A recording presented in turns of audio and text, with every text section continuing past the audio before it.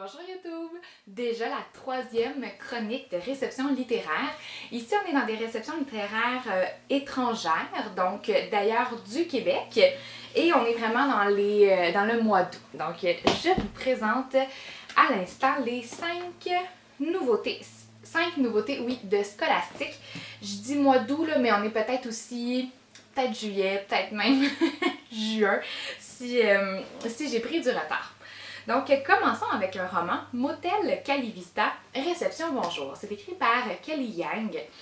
J'ai adoré ma lecture, mais c'est définitivement une lecture pour les très bons lecteurs. Je vous montre l'intérieur. Donc, aucune illustration, une écriture qui est plutôt petite. Les chapitres sont courts par contre, donc ça peut motiver certains élèves, mais vraiment on est dans un haut calibre, j'ai envie de dire, en termes de grosseur de livre également. Et Motel Calivista, c'est quoi? C'est l'histoire d'une famille immigrante, donc immigrante de la Chine qui viennent s'établir en Californie et que le seul métier qu'ils peuvent occuper, c'est la réception, donc s'occuper dans le fond d'un hôtel en Californie, d'un motel. Mais le propriétaire est vraiment pas gentil avec eux, bafouille leurs droits, garde de l'argent pour eux. Donc bref, on vient vraiment lire un peu leur histoire dans les années 90. On vient aborder plusieurs thèmes super intéressants, entre autres l'immigration, mais le racisme aussi. On vient aborder aussi l'exploitation. Donc c'est vraiment intéressant avec des personnages asiatiques. On a très peu de littérature jeunesse sur des personnages asiatiques. Et l'autrice s'est inspirée elle-même de sa propre vie pour écrire cette histoire-là. Donc vraiment là, une belle découverte à ajouter dans votre bibliothèque du 3e cycle. Encore une nouveauté à ajouter dans votre bibliothèque du 3e cycle. Ici, on a une bande dessinée, La fille venue de la mer. Ça ici, ça c'est sorti en juin et je me rappelle parce que ma classe l'année dernière, on avait vraiment une obsession pour l'autrice, qui est l'autrice de Le Garçon sorcière, une trilogie que j'ai adorée, que j'ai fait lire à toutes mes classes. Et cette autrice-là, dans le fond, elle a écrit une nouvelle bande dessinée, alors on avait tous très hâte de la lire. On a une bande dessinée ici d'une jeune fille qui s'approche de la mer et qui voit une sirène. Et cette sirène-là, sirène, mammifère, c'est comme pas clair. Mais donc, cette créature-là va se transformer en humaine le temps d'aller rencontrer la jeune fille et elles vont tomber amoureuses l'une d'elles. Donc, une très belle histoire d'amour homosexuel avec une belle conscience environnementale en même temps. On a toujours le même genre d'illustration. Ben là, c'est que j'arrive pas à vous montrer une belle qui a pas de... Bon, même genre d'illustration que Le Garçon sorcière. Je sais que ça, c'est un format de bande dessinée que les élèves aiment beaucoup également quand c'est une couverture qui est souple. On a des conversations de textos ici, donc vraiment pour les jeunes. Très belle bande dessinée. Et on se termine avec une fin ouverte, chose que mes élèves aiment beaucoup parce que ça fait jaser, mais détestent en même temps parce qu'ils n'aiment pas avoir pas de bonne réponse à la fin. Alors, vraiment une belle découverte. 3 albums maintenant. Où est ma fille? Donc, Où est ma fille? On raconte l'histoire d'une survivante du pensionnat qui est dans le fond la même enfant que quand j'avais 8 ans, toujours chez Scholastic.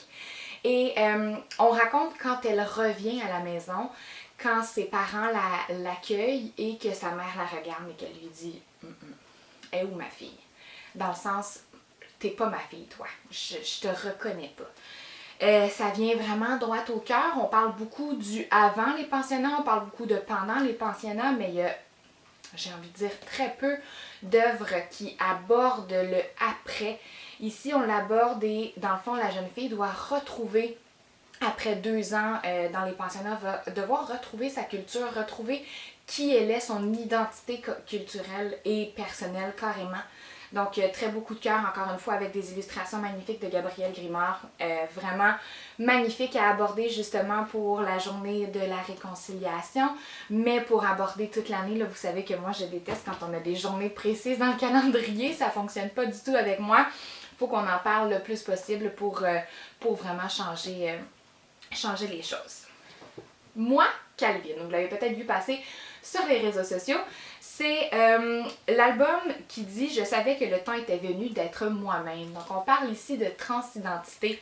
On parle d'une jeune fille qui réalise qu'elle n'est pas une jeune fille et elle va l'annoncer à ses parents rapidement dans l'histoire et on va venir suivre son processus avec elle. Donc, comment ça se passe quand elle l'annonce à ses grands-parents, comment ça se passe quand elle l'annonce à l'école, à ses amis et tout. Donc, c'est un super bel album sur l'inclusion et sur la diversité sexuelle aussi, sur l'acceptation d'être soi-même, tout simplement. Donc, il y a un bel album ici.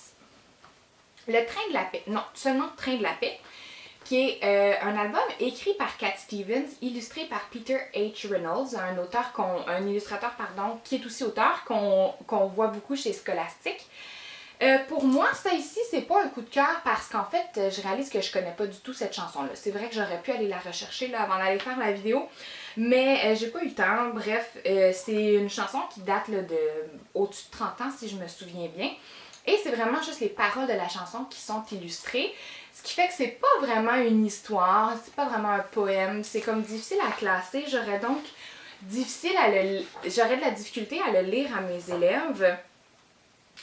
Je sais pas. Bref, c'est pas un coup de cœur. On dirait que je me voyais pas vraiment bien l'utiliser en classe, tout simplement. Puis même le laisser dans ma bibliothèque, c'était pas un assez gros coup de cœur pour moi.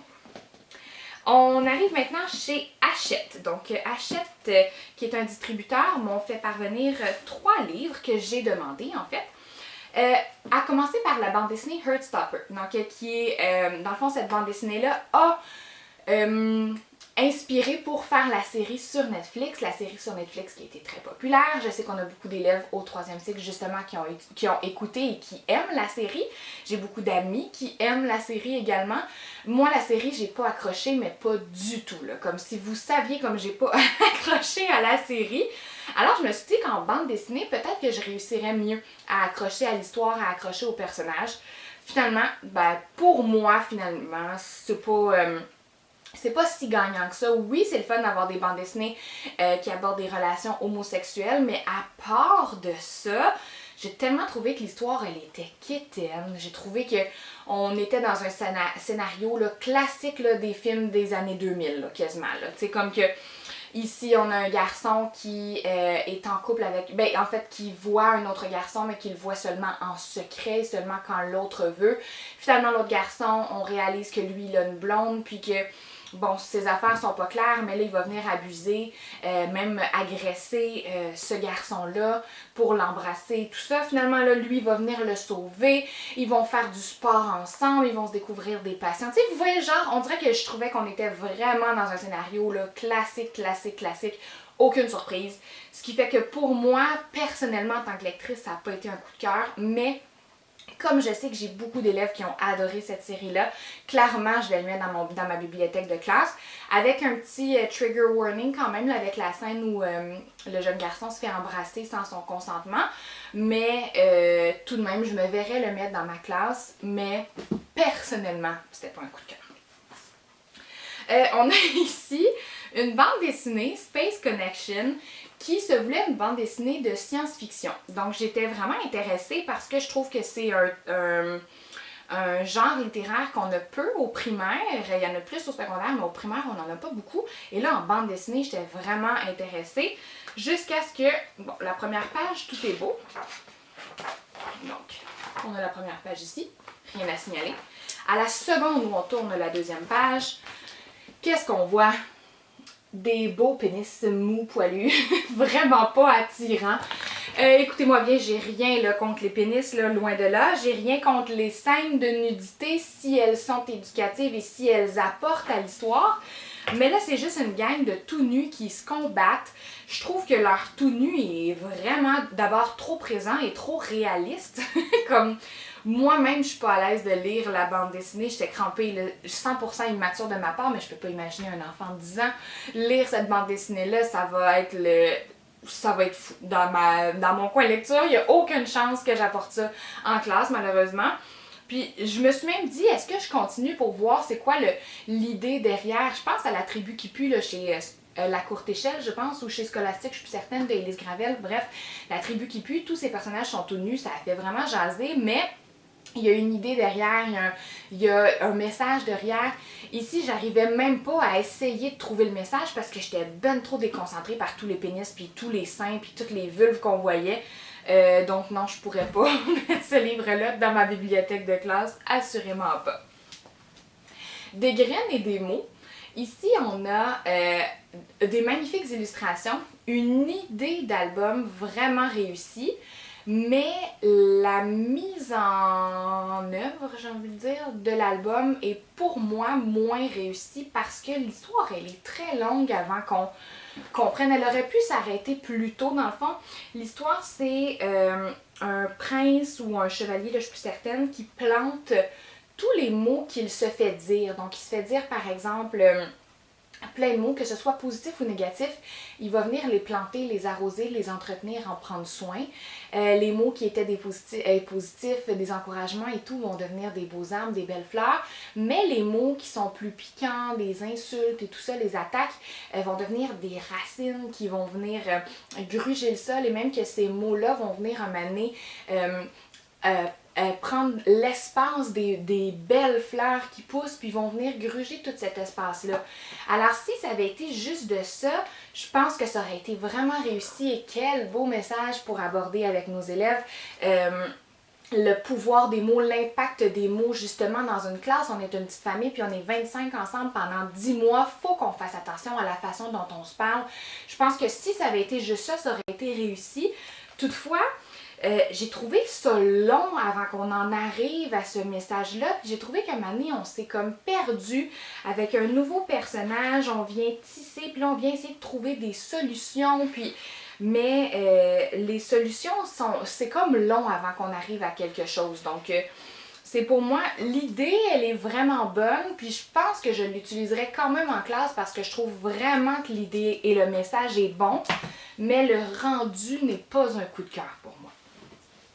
Et on termine avec la boîte de diffusion. Donc, on a 4 bandes dessinées. Ici, on a le tome 6 de Animal Jack. J'ai pas les premiers, mais je l'ai quand même lu. On a une bande dessinée ici vraiment pour les petits, là, j'ai envie de dire à partir de la deuxième, troisième année, mettons 3-4e année. Animal Jack, donc je vous montre l'intérieur, peu de mots, des phylactères vraiment faciles à suivre. Et c'est un personnage ici qui est capable de se transformer dans n'importe quel animal. Et là, on a le tome 6, mais dans le fond, j'imagine qu'on a vraiment plusieurs péripéties au fil des albums. C'est bien fait, c'est mignon, on a des belles valeurs aussi qui y sont véhiculées. Donc, une très belle bande dessinée à ajouter au 2e cycle. Une autre magnifique bande dessinée que j'ai adoré découvrir pour moi-même, c'est U4. Ici, on a Jules. Ici, dans le fond, on est dans une bande dessinée post-apocalyptique. Il y a un virus qui est venu décimer tous les adultes et les enfants de la planète, et il ne reste plus que les adolescents. Mais avant que ce virus-là arrive et tue tout le monde, Jules était un joueur de jeux vidéo, et le maître du jeu vidéo voyait le virus arriver, voyait ça venir, et il a comme lancé un message à tous ces adeptes de jeux vidéo pour dire rendez-vous le 24 décembre à telle place, à telle heure, on va revenir dans le passé pour changer et abolir ce virus-là pour qu'il se produise jamais. Alors là, on suit l'histoire. Dans le fond, les 4 tomes de la série sont les 4 personnages des jeux, les 4 adeptes des jeux vidéo qui ont reçu le même message et qui doivent se rendre, dans le fond, au rendez-vous de Chronos, le maître du jeu. Donc, les 4 histoires convergent l'une vers l'autre. On retrouve des personnages dans chacun des tomes. C'est vraiment bon. J'ai moi-même aimé beaucoup pour adultes. Toutefois, pour enfants, je la mettrais pas dans le fond dans ma classe. Pourquoi? Parce que d'abord, on parle de drogue et on voit pas une scène de consommation, mais le grand frère de Jules est un consommateur de drogue, a les yeux rouges et est vraiment addict là, à la drogue. Donc, je trouve que c'est moins pertinent à voir comme personnage. Et il y a aussi un autre moment où on raconte un viol. Donc, on ne le vit pas, mais on le raconte. Je trouve que c'est comme 2 sujets qui sont définitivement trop matures pour les enfants.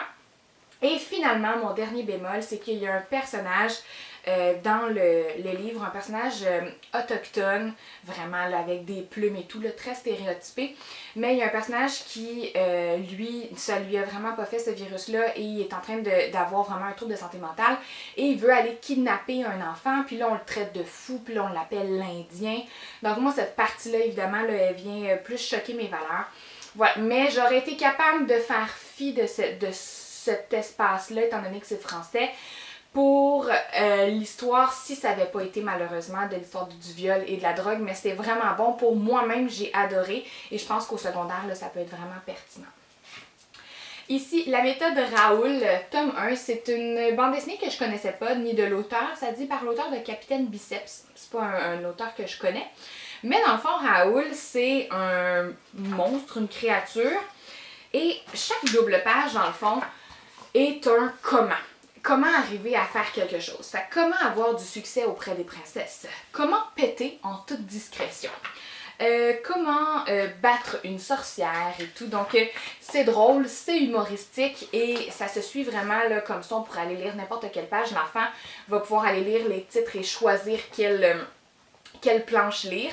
Ce qui est intéressant pour ça. Mon bémol serait que l'écriture, elle est très petite. Là. Je ne sais pas si vous voyez, mais c'est pas super évident pour les enfants à les lire. J'ai l'impression qu'il faut qu'on s'approche. Mais à part de ça, j'ai lu là, presque l'entièreté puis j'ai rien trouvé qui était déplacé. Donc, une belle petite bande dessinée à avoir dans sa classe.